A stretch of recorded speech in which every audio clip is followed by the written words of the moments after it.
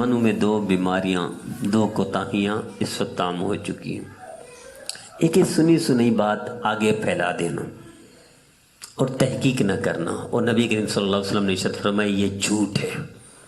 جھوٹے ہونے کے لیے اتنے کافی سنی سنی بات آگے نہ پھیلائے۔ مسلمان بغیر تحقیق کے بات نہیں کرتا، یہ مسلمان کی شان نہیں ہے۔ آسٹریلیا میں ابھی ایک ساتھی نے فون کر کے مجھے بتایا واٹس ایپ پہ کہ آسٹریلیا میں کہیں آگ لگی جنگل میں، اور سوشل میڈیا میں یہ بات چل رہی ہے کہ مسلمانوں نے نماز ادا کی، استسقاء کی، تبھی بارش ہوئی تو وہ آگ بجھی۔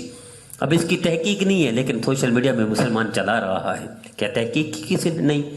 ایک یہ بیماری آپ عام ہو چکی ہے۔ دوسری بات، مسلمان بدگمانی جو ہے بہت زیادہ کرتا ہے۔ بدگمانی کیا ہے؟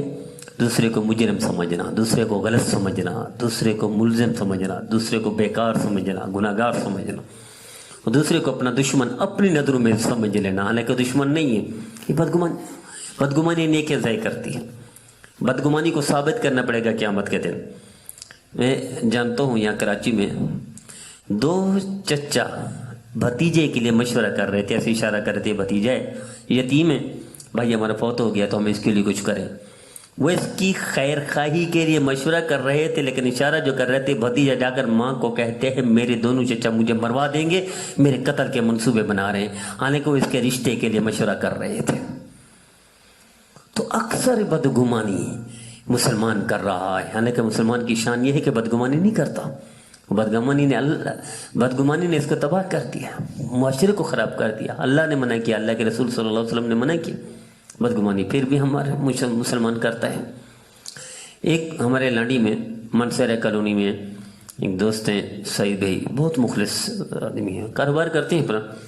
انہوں نے خود سنایا اپنا، کہنے کہ دیکھو بدگمانی کیسے انسان کرتا ہے۔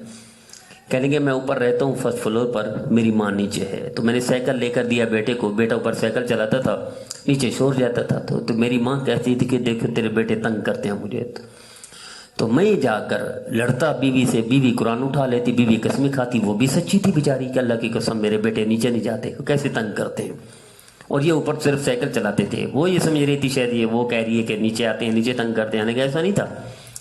نیچے والی بھی سچی تھی، اوپر والی بیچاری جو ان کی اہلیہ وہ بھی سچی تھی، دونوں اپنی اپنی جگہ پر سچے تھے۔ اب یہ سعید بھی جب بھی نیچے جاتا والدہ کے پاس تو شکایت کرتی، اور یہ یہاں تک یہ کہتا، ادھر ماں کو کہتا کہ ہمیں بس ایسے ایسے ایسی ہے، ادھر بیوی کو جا کر ڈانٹتا، بیوی قسمیں کھاتی۔ کہنے لگی یہ بدگمانی میری نیچے بھی بدگمان ہو گیا، میں اوپر بھی ہو گیا۔ کہنے کہ ایسی ہوئی کہ ایک دن میں اوپر گیا تو میرے گھر والے کہیں گئے ہوئے تھے اپنے سسرال بیوی، تو میں نیچے ماں کے ساتھ سو گیا تو دیکھا تو ایک دم ایسے جیسے ہوائی جہاز کی آواز اس طرح، تو میں نے کہا یہ کیا ہو گیا؟ اڑ گیا نیند سے، کچی نیند تھی۔ تو میری ماں نے کہا جس کے لیے میں تجھے روز کہتی تھی یہ وہی آواز ہے، تیرا بیٹا اوپر سائیکل چلا رہا ہے۔ کہنے اس دن مجھے پتہ چلا، پہلے میں سمجھتا تھا شاید ماں بوڑھی ہے، بڑھا کے بیوی کی وجہ سے مجھے کہہ رہی ہے، تو میں بیوی کو کہتا تھا برداشت کر لیا کرو، کوئی بات نہیں، کچھ بھی کرے، ناراض ہو گالی دے برداشت کر لیا کرو، اور بیوی کو بھی ڈانٹتا تھا، وہ قسمیں چوٹاتی تھی میرا بیٹے تنگ نہیں کرتے، لیکن وہ سائیکل جو چلاتے نیچے اتنی آواز جاتی تھی جیسے ہوائی جہاز کی ہو، جیسے جہاز اڑ رہا ہو۔ تو یقیناً کہنے لگے میری اس دن بدگمانی دور ہوئی، میں نے توبہ کی میں نے اللہ سے کہ میں تو اس طرح سمجھتا تھا کہ ماں شاید 60 آ گئی ہے، زیادہ بوڑھی ہو گئی ہے شاید، اور اوپر اس لیے بدگمان تھا کہ میں اوپر ڈانٹتا بیوی کو، وہ قسمیں کھاتی، وہ بھی سچی تھی بیچاری، نیچے بھی سچی اوپر بھی سچی، درمیان میں یہ بیچارہ تحقیق نہ ہونے کی وجہ سے بدگمانی پر جرم کر۔ ابھی 2 دن پہلے ایک فون آیا سعودی عرب سے، بلکہ 2 فون، کہ جناب ائمہ حرمین شریفین سعودی عرب میں ایک نئے مذہب ایجاد ہوا ہے۔ کیسے بھئی؟ انہوں نے 7:30 بجے، یعنی 7:30 سے مراد 8 بجے کہہ رہے ہیں، نماز شروع کر دی ہے، کوئی نئی نماز شروع کر دیا، نیا دین شروع کیا ہے۔